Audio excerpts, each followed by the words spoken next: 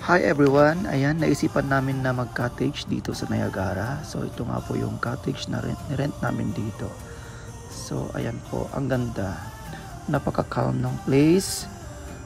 Ayan, sobrang tahimik at mukhang kami-kami lang ang andito. So ngayon nga punta na tayo sa Marineland, Canada. Ayan, first time namin pumunta dito. At bibisitahin natin yung mga kapatid namin. Kapatid ko lang pala. Nagdamay pa. Oh, ayan na nga oh. Oh, di ba? Blue na blue. Asan yung isda? Lumabas ka, isda.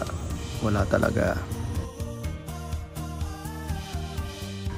After ng viewing doon sa Dolphin ay rides na yung mga bata. Ayun. Enjoy na enjoy sa pagsakay ng Chubibo. Ayan oh. First time din sumakay ni Alden dito. Siyempre, trinay din namin yung ano ba kasing tawag dito, hindi ko alam eh, basta yung yumuyog-yog siya. Tapos ito naman, ayan, tumakay din si Alden dyan. Ayun, andun siya, hindi ko siya mahanap kanina. Yan yung bumblebee.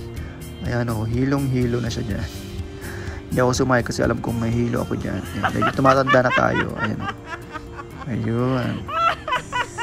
Pagkatapos nyon ay sumakay din kami dito sa may, hindi ko alam kung ito, paikot-ikot siya na bangka. Hindi naman ganun eh.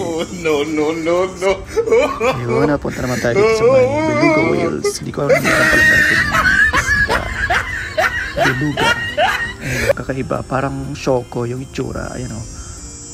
Oh, diba? Ang ganda. So, ayun nga. Ang ganda nga talaga dito sa may Marineland. Lalo na sa mga bata. Ayan. Enjoy na enjoy sila sa paliligo dun sa fountain na yan. O diba? Sulit na sulit ang summer. At syempre, ayan, sumakay din sila dito sa may, ano pa sa tawag dito, flying saucer o flying duyan. Yan yung duyan na siya na lumilipad. Ayan, oh. First time ko makakita ng ganito. Ayan, ignorante talaga tayo. Taga-bundok talaga. Pero enjoy na enjoy sa Alden dyan. Ayan. Pero hindi pa rin siya nahihilo. Pero syempre, ayan ulit, nakakita ulit tayo ng Bear Brand. O, diba? Hindi lang sa karton ng gatas tayo nakakita. Ayan, nakakita tayo ng totoong Bear Brand. Ayan. Tapos naman yung deer, yung ugsa, ayan o. Ba't wala yung sungay nun? Asan doon yung iba yung mga may sungay na deer. Tapos syempre hindi pa pauli yung mga penguin. O, ayan o, enjoy na enjoy sila sa palalangoy. Lalo nung nakita nila ang amo nila. Ayun.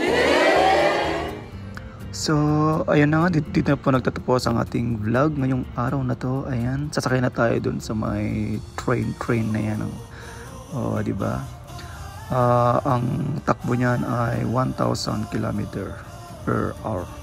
Hanggang sa muli, please don't forget to like, comments, and share our vlog. Bye-bye!